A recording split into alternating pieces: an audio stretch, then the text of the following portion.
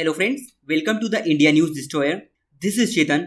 और आपने कोचिंग हादसे की न्यूज सुनी होगी कि दिल्ली के एक कोचिंग संस्थान के बेसमेंट में पानी के चलते 3 लोगों की जान चली गई। लेकिन ये आंकड़ा ज्यादा भी हो सकता है, क्योंकि वहां पर जो बच्चे हैं उनका कहना यह है कि गवर्नमेंट डेटा को छिपा रही है। इसके पहले भी एक लड़के की करंट लगने से मौत हो गई थी।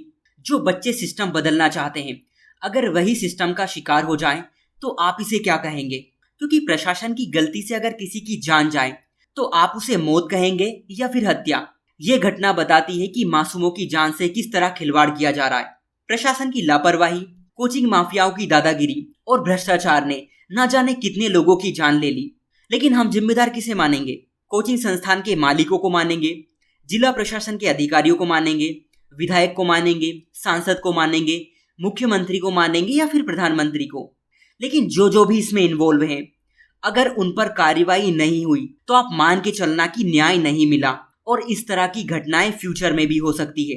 कंडीशन यह है कि आज देश में युवाओं की आवाज सुनने वाला कोई नहीं है।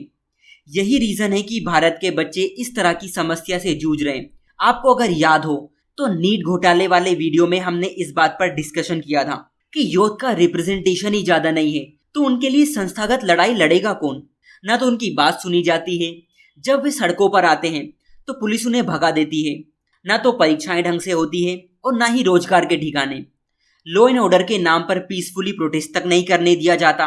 पुलिस का बिहेवियर तो ऐसा रहता है जैसे कि वो किसी क्रिमिनल से बात कर रहे हो। कोई सुसाइड कर लेते हैं और जो बच्चे बच जाते हैं उनकी जान ऐसे चली जाती है। मतलब क्या सच में युवा देश का भविष्य होते हैं? अगर होते हैं तो फिर भारत में ऐसा क्यों नहीं है? क्यों भारत में बच्चों की जिंदगी से खिलवाड़ किया जाता है? समझेंगे क्या है पूरी न्यूज। ये घटना कैसे हुई, ये हादसा है या फिर प्रशासनिक हत्या? क्योंकि हमें इन दोनों में अंतर समझना होगा। अगर ये हादसा है तो इस हादसे को दबा दिया जाएगा। अगर आप नए हैं तो चैनल को प्लीज सब्सक्राइब कर लीजिए। ओके, कहानी कुछ ऐसी है कि दिल्ली के ओल्ड राजेंद्र नगर में कोचिंग संस्थान है राव आईएएस। इसके बेसमेंट में पानी भर गया था और जलभराव के चलते 3 लोगों की जान चली गई। बिल्डिंग में पावर कट के चलते बेसमेंट में जो लाइब्रेरी थी उसका बायोमेट्रिक गेट जाम हो गया। बच्चे लाइब्रेरी में ही अंदर फंस गए। गेट बंद होने के चलते शुरू में तो पानी नहीं आया, लेकिन कुछ देर बाद पानी का प्रेशर तेज हुआ और गेट पूरी तरह टूट गया। बीएनएस की धारा 105, 106, 152, 290 और 35 के तहत एफआईआर दर्ज की गई। इसके अलावा कोचिंग के मालिक अभिषेक गुप्ता और कोऑर्डिनेटर देशपाल सिंह को गिरफ्तार किया गया। वहीं दिल्ली की सरकार ने मजिस्ट्रियल जांच के आदेश दिए और कमिश्नर को भी आदेश दिया गया कि उन सभी कोचिंग सेंटर के खिलाफ कार्रवाई होनी चाहिए जो बेसमेंट में कमर्शियल एक्टिविटी चला रहे हैं। इस पर विपक्ष के नेता राहुल गांधी ने भी ट्वीट करते हुए कहा कि प्रतियोगी छात्रों की मृत्यु बहुत ही दुर्भाग्यपूर्ण है। कुछ दिन पहले बारिश के टाइम करंट लगने से एक बच्चे की जान चली गई थी।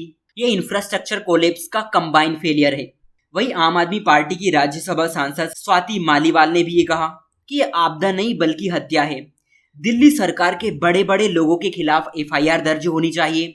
मंत्री, मेयर और पार्षद पर भी जवाबदेही बनती है।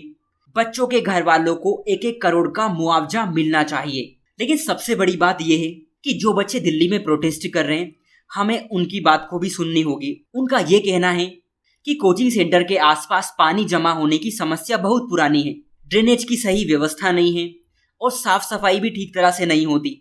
जहाँ पर स्टूडेंट्स रहते हैं वहाँ की व्यवस्था भी ठीक नहीं है। जगह जगह पर बिजली के तार नीचे पड़े हुए हैं, किसी को भी करंट लग सकता है। सबसे खराब बिहेवियर कोचिंग मालिक और टीचर्स का है। इस तरह के हादसे होने पर भी बच्चों का सपोर्ट नहीं करते। बेसमेंट में कमर्शियल एक्टिविटी की इजाजत नहीं है, लेकिन फिर भी 90% लाइब्रेरी बेसमेंट में होती है। और ऐसा राजनेताओं, एमसीडी अधिकारी और जमीन मालिकों के बीच साठगांठ से हो रहा है। कोचिंग इंस्टीट्यूट वाले लाखों रुपए लेते हैं। उनके माता पिता को सपने दिखाते हैं कि उनके बच्चे अफसर कलेक्टर बनेंगे, लेकिन वो जिंदा वापस नहीं भेज पा रहे। ना कोचिंग संस्थान और ना ही प्रशासन बता रहा है कि अब तक कितने लोग मरे हैं, कितने लोगों की जान गई है। फ्रेंड्स, मैं तो इसे प्रशासनिक हत्या कहूंगा। यहाँ पर प्रशासनिक हत्या से मतलब ये है कि अगर प्रशासन की गलती के चलते किसी की जान जाती है तो इसकी जिम्मेदारी प्रशासन को लेनी चाहिए। क्योंकि ये घटना सिर्फ 3 लोगों की मौत की नहीं है, ये घटना भारत के सिस्टम पर जोरदार तमाचा है कि प्रशासन के पदों पर बैठे लोग किस तरह से लोगों की जिंदगी के साथ खिलवाड़ कर रहे हैं।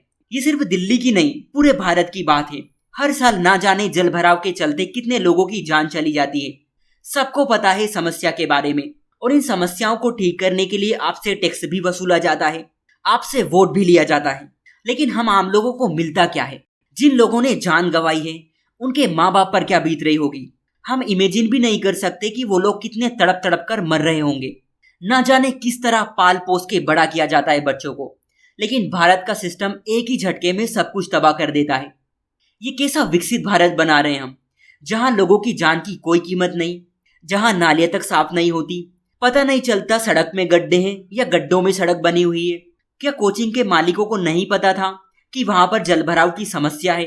फीस के नाम पर मनमाने पैसे तो वसूलते हैं, लेकिन जब बात बच्चों की सुरक्षा की आती है तो फिर कहां चले जाते हैं? क्या इन कोचिंग माफियाओं को पैसों के अलावा कुछ नहीं दिखता? बच्चों को अधिकारी बनाने के नाम पर तो ज्ञान देते रहेंगे। आपने देखी होगी इनकी रील्स बहुत सारी, मैं इनका नाम नहीं लूंगा, लेकिन ये खुद गवारों जैसी हरकत करते हैं। सच बताओ ना, तो इन लोगों का बिजनेस गांव के भोले भाले बच्चों को गुमराह करने का है, कभी नॉलेज के नाम पर तो कभी मोटिवेशन के नाम पर। बच्चों के सामने, उनके पेरेंट्स के सामने सफलता की कुछ घटिया कहानी मार्केट में फेंक दी जाती है। आजकल इस बिजनेस को ग्रो करने के लिए मूवी भी बन रही है। आपकी भावनाओं के साथ, आपकी फीलिंग के साथ किस तरह खिलवाड़ किया जाता है आप इमेजिन भी नहीं कर सकते। प्रशासनिक अधिकारियों को नहीं पता कि बारिश के टाइम क्या सावधानी बरतनी चाहिए, क्योंकि एक जगह नहीं पूरे भारत में हो रहा है। कंडीशन तो ये है कि निरीक्षण तक नहीं किया जाता। आप लोगों को सैलरी किस बात की दी जाती है? लोगों की जान से खिलवाड़ करने की। क्या आप लोगों को ट्रेनिंग में कुछ नहीं सिखाया जाता? चलो एक टाइम के लिए मान लेते कि आपको ट्रेनिंग में कुछ नहीं बताया जाता, लेकिन आप में इतनी अकल तो होनी चाहिए ना।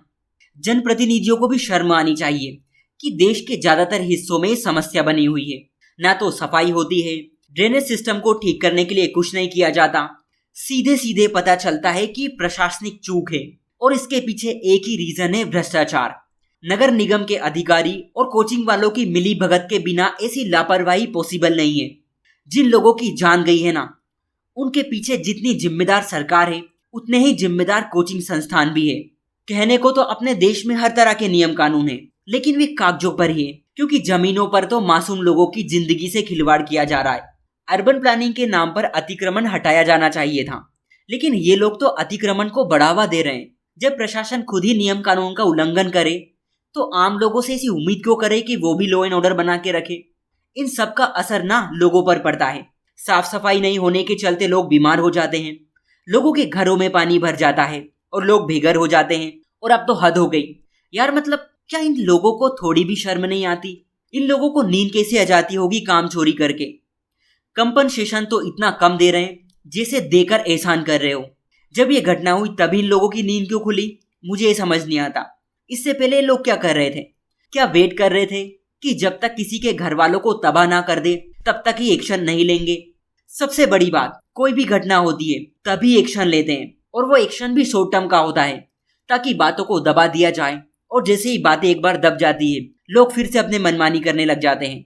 वैसे अच्छी बात यह है कि इस इशू को पार्लियामेंट में रेस किया गया, चाहे बीजेपी की बांसुरी स्वराज मैम हो या फिर अखिलेश यादव। कम से कम बात देश की संसद तक तो पहुंची।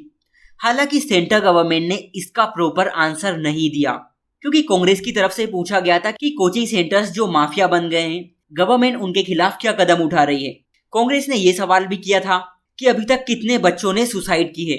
गवर्नमेंट की तरफ से यह बताया गया कि 2018 से 2022 के बीच जो बड़े बड़े IIT IIM हैं, उनमें लगभग 80 लोगों ने आत्महत्या की, और उसके पीछे मेन रीजन जातिगत भेदभाव रहा। लेकिन पहले वाले क्वेश्चन का इन्होंने सही आंसर नहीं दिया, बल्कि इन्होंने सफाई देते हुए ये कहा कि मैं आप सबको बताना चाहता हूं कि सरकार सभी बच्चों की सामाजिक, मनोवैज्ञानिक और मानसिक सुरक्षा के लिए प्रतिबद्ध है। वे चाहे कोचिंग सेंटर में पढ़ रहे हो, किसी संस्थान में हो या फिर उच्च शिक्षा में। जनवरी 2024 में सभी कोचिंग संस्थान को दिशा निर्देश जारी कर दिए गए थे। आप समझ सकते हैं कि पार्लियामेंट में क्वेश्चन रेज जरूर हुआ, लेकिन इतनी बहस नहीं हुई जितनी होनी चाहिए थी। देखना दिलचस्प होगा कि आगे क्या होता है। इस न्यूज में कोई डेवलपमेंट्स होती है तो हम जरूर डिस्कस करेंगे। सो आज के लिए इतना ही। Thank you.